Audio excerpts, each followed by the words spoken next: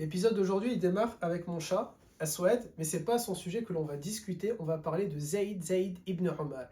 Il est beaucoup moins connu que son oncle, un certain Zayd ibn al-Khattab, mais l'histoire de Zayd ibn Omar vaut quand même le détour. Zayd ibn Omar, c'est le fils de Omar ibn al-Khattab. Alors, le père de Zayd est très connu, c'est le fameux Omar ibn al-Khattab. Sa mère, elle, est un peu moins connue, il s'agit de Kulthum bint Ali, la fille de Ali. À découvrir dans l'épisode 7, Inch'Allah. Le surnom de Zayd ibn Omar, c'est Al-Khalif ibn al-Khalifatayn, le fils des deux califes. Pourquoi? Parce qu'il est à la fois le fils d'un calife et le petit-fils d'un autre calife. L'histoire de Zayd ibn Omar est très courte, vous allez voir. Pourquoi? Parce qu'il est mort dès la naissance. En islam, il n'y a aucune divergence sur ce que je vais dire là.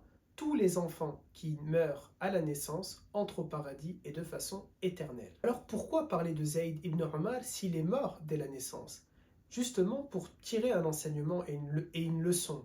Ce n'est pas parce qu'il est mort à la naissance qu'il n'a pas vécu. Les enfants ont vécu 9 mois dans le ventre de leur mère, et leur histoire mérite aussi d'être connue. Et c'est-à-dire qu'on ne doit pas les oublier. Ce n'est pas parce qu'ils sont morts à la naissance qu'ils n'ont pas existé et qu'il ne faut pas en parler. Combien même ils n'ont pas eu le temps de grandir, de commettre des péchés, combien même ils méritent le paradis de façon éternelle, et ce à l'unanimité des savants, vous pouvez toujours prier pour eux et invoquer pour eux. On dit que les enfants sont une intercession pour les parents. Alors comment attendre de eux une intercession si les parents les ont oubliés? Je vous retrouve pour le prochain épisode au sujet de Kulthum bint Ali, la mère de Zayd ibn Omar.